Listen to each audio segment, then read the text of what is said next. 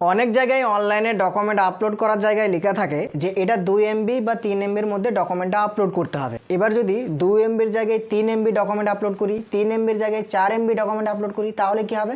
সেটার কোনো কাজ হবে না, অবশেষে সেটা ফেল হয়ে যাবে এবং ক্যান্সেল হয়ে যাবে। তো আজকে আমি আপনাকে দেখাবো ফটোশপের মাধ্যমে কিভাবে এই সাইজগুলো সিলেক্ট করবেন। দেখুন বন্ধুরা, এর আগে আমি একটা ভিডিও আপলোড করেছিলাম যে কিভাবে আধার কার্ডের সাথে ডকুমেন্ট আপডেট করা হয়। তো সেই জায়গায় এক জায়গায় নির্দিষ্টভাবে বলা আছে যে এই ডকুমেন্টটা, যে ডকুমেন্ট আপনি আপলোড করবেন সেই ডকুমেন্টটা যেন 2 এমবির মধ্যে হতে হবে।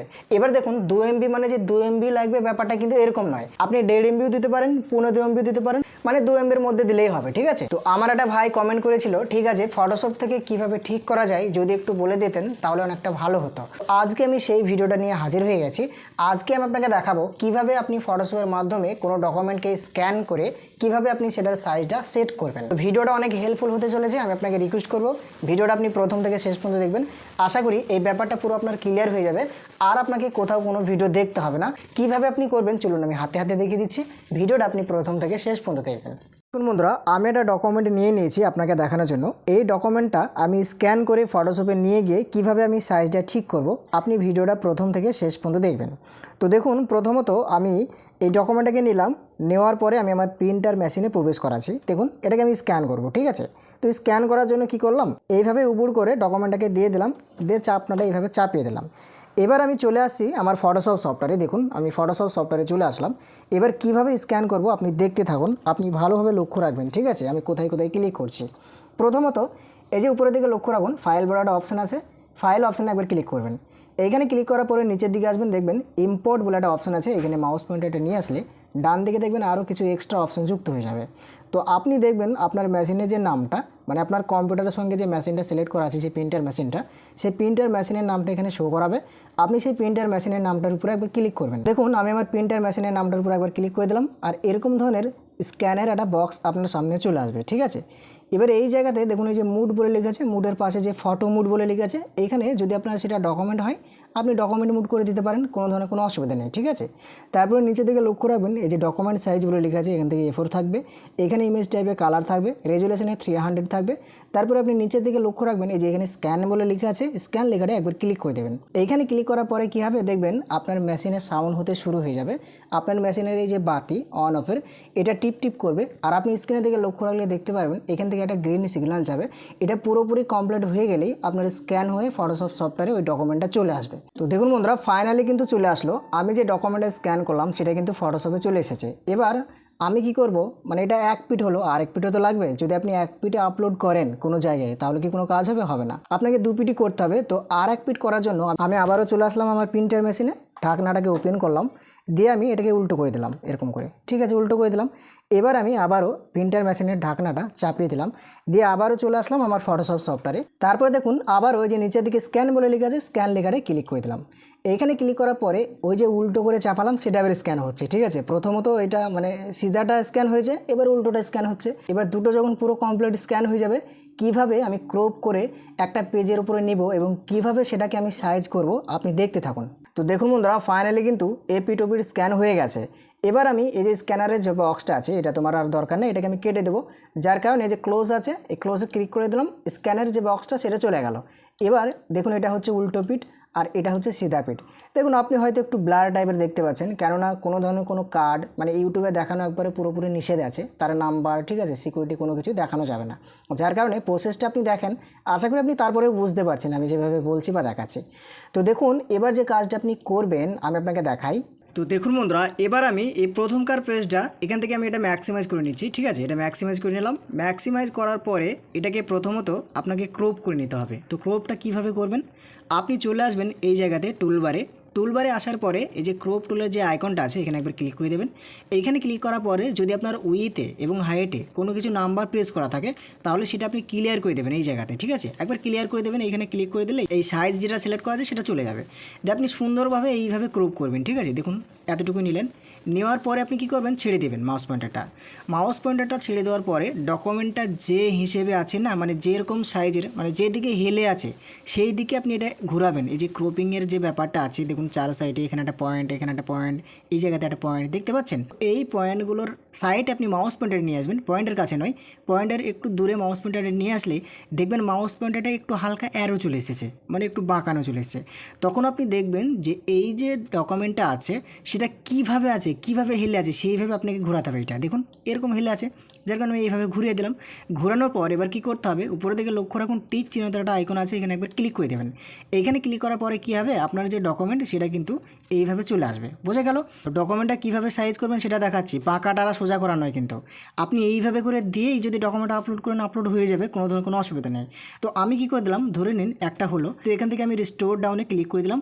এখানে ক্লিক করার পরে এবার আমি কী করছি, এই পিটটা করব। এই পিটটা করার জন্য আবারও এই ম্যাক্সিমাইজে ক্লিক করলাম।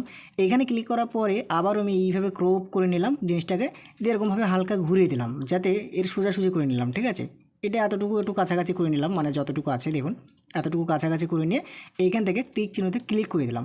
দেখুন এটাও মোটামুটি চলে আসলো। এবার আপনাকে কি করতে হবে, এই যে আমি আপনাকে দেখাই, এই যে জিনিসটা আমি করলাম আমি আপনাকে দেখাচ্ছি ভালোভাবে যাতে আপনি বুঝতে পারেন। এই যে রিস্টোর ডাউনে আবার ক্লিক করে দিলাম। এই রিস্টোর ডাউনে ক্লিক করার পরে এবার আপনি যে কাজটা করবেন, তো এই দুটোকে এক জায়গায় করার জন্য আপনাকে কি করতে হবে, একটা নতুন পেজ নিতে হবে, তাই না? এটা আর এটা আমি এক জায়গায় করব। তো নতুন পেজ নেওয়ার জন্য কি করতে হবে, আপনি পুরো দিকে লক্ষ্য রাখুন, এই যে ফাইল বলাটা অপশান, এখানে ক্লিক করতে হবে।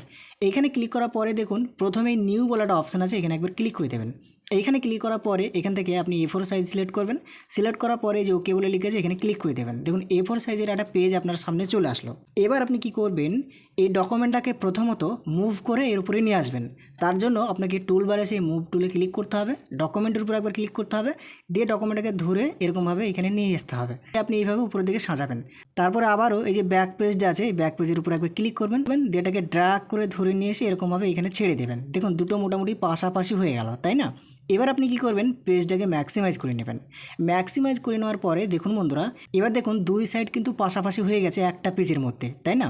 এই যে পেজটা আছে এটা তো একটা A4 সাইজের পেজ, A4 সাইজের পেজ এটা। তো এই পেজের মধ্যে এটা হচ্ছে সামনে পিঠ আর এটা হচ্ছে ব্যাক পিঠ। সেটা আধার কার্ডই হোক বা প্যান কার্ডই হোক, আপনি কিন্তু একটা পেজে এইভাবে সাজাবেন। তো দেখুন বন্ধুরা, এখানে কিন্তু অনেকজন অনেক রকমভাবে এই ক্রপিংয়ের কাজটা করে, মানে এই সাইজের কাজটা করে, ঠিক আছে, ফটোশপে।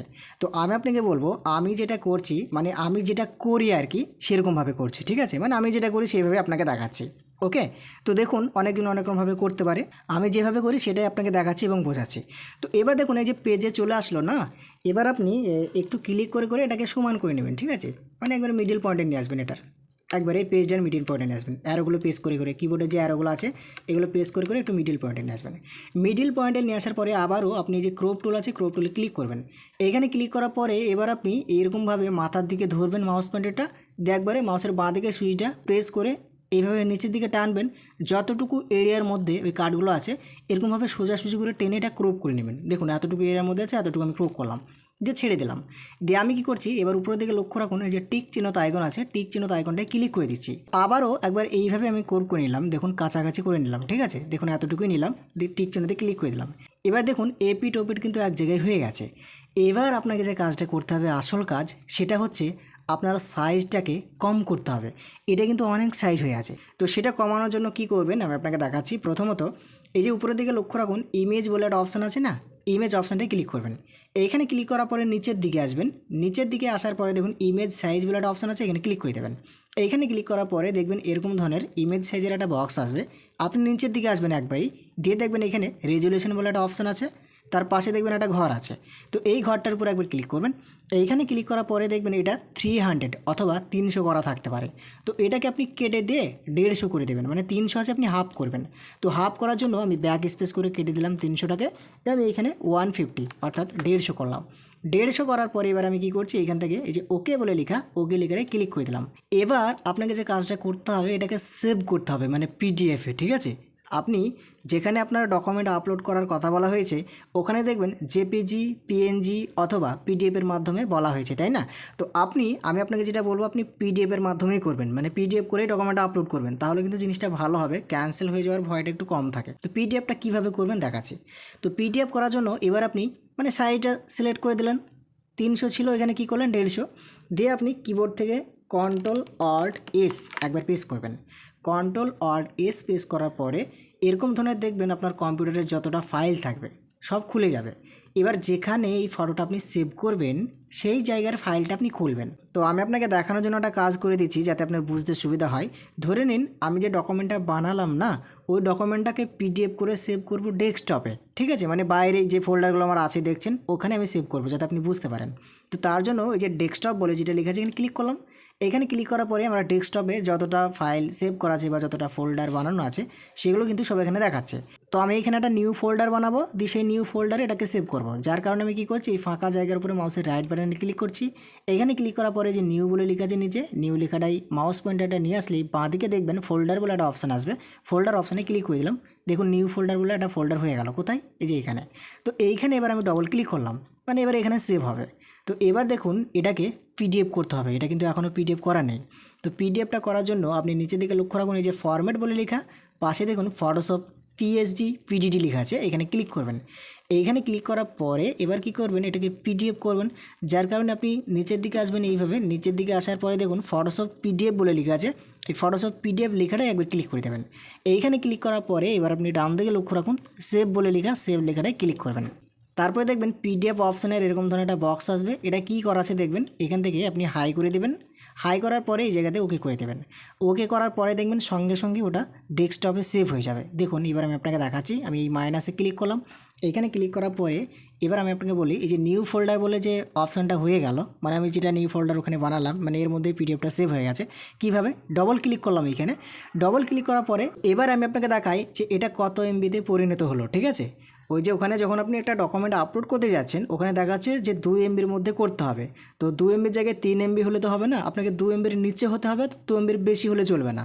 তো দেখুন যদি এটা 1 এমবিও হয় তাহলেও কিন্তু আপলোড করতে পারবেন, 1.5 এমবি হলেও আপলোড করতে পারবেন, 1.5 এমবি হলেও আপলোড করতে পারবেন। তো কত হয়েছে আমি আপনাকে দেখাচ্ছি। তো আমি কি করলাম, এই পিডিএফটার উপরে মাউসের রাইট বাটনে একবার ক্লিক করলাম। এখানে ক্লিক করার পরে নিচের দিকে লক্ষ্য রাখুন, এই যে প্রপার্টিস বলে লেখা, প্রপার্টিস লেখাটা একবার ক্লিক করে দিলাম। এইখানে ক্লিক করার পরে এবার আপনি এর কত সাইজ দেখুন, এই জায়গাতে লেখা আছে সাইজ বলে, আমি আপনাকে দেখাই। এই যে সাইজ বলে লেখা আছে, তার পাশে দেখুন 1.16 এমবি, অর্থাৎ ধরে নিন এটা 1 এমবির একটু বেশি। তাহলে আশা করি এবার অনেক ক্লিয়ারভাবে অনেক সুন্দরভাবে বুঝতে পেরে গেছেন। এই যে 1 এমবির কাছাকাছি হয়ে গেছে। এবার যদি ডাইরেক্টলি এই ডকুমেন্টটাকে আপনি ওই জায়গাতে আপলোড করে দেন যেখানে 2 এমবি চাইছে, ওইখানে যদি এটা আপনি আপলোড করে দেন বার করে, তাহলে কিন্তু সঙ্গে সঙ্গে দেখবেন সেটা অ্যাপ্রুভ হয়ে যাবে এবং ডকুমেন্ট আপডেট হয়ে যাবে, আপনাকে স্লিপ দিয়ে দেবে। তো আশা করি আপনি অনেক ক্লিয়ারভাবে অনেক সুন্দরভাবে বুঝতে পেরে গেছেন যে ফটোশপের মাধ্যমে কিভাবে কোনো ডকুমেন্টকে সাইজ ছোট এবং বড় করা যায়। তো জানি না আপনি কতটা হেল্পফুল হয়েছেন। দেখুন আমার প্রতিটা ভিডিও বিগিনার্স লেভেলে, একবারে নতুনদের জন্য একবারে ছোট্ট করে বোঝানো হয় যাতে এক দেখাতে তারা বুঝে যায়। অনেকে সিনিয়র আছে তারা হয়তো বলবে যে আমি এরকম করি, আমি ওরকম করি, কিন্তু আমি আমার ভিডিওগুলো বানানোর একটু আলাদা রকমভাবে চেষ্টা করি যাতে মানুষ বুঝতে পারে ক্লিয়ারভাবে, সহজভাবে, একবারে পানির মতো বুঝে দিলে কে না বুঝতে পারবে, তাই না? তাকে আর কষ্ট না করতে হয় দ্বিতীয় ভিডিও দেখতে। যার কারণে প্রত্যেকটা ভিডিও থেকেই কিছু না কিছু একটা শিখে তারপরে আসবে, আমি এইভাবে বোঝানোর চেষ্টা করি। তো আজকের মতন এখান থেকেই দেখা হবে আবার নতুন ভিডিওতে, নেক্সট ভিডিওতে। ভালো থাকবেন, সবসময় নিজের খেয়াল রাখবেন। ধন্যবাদ।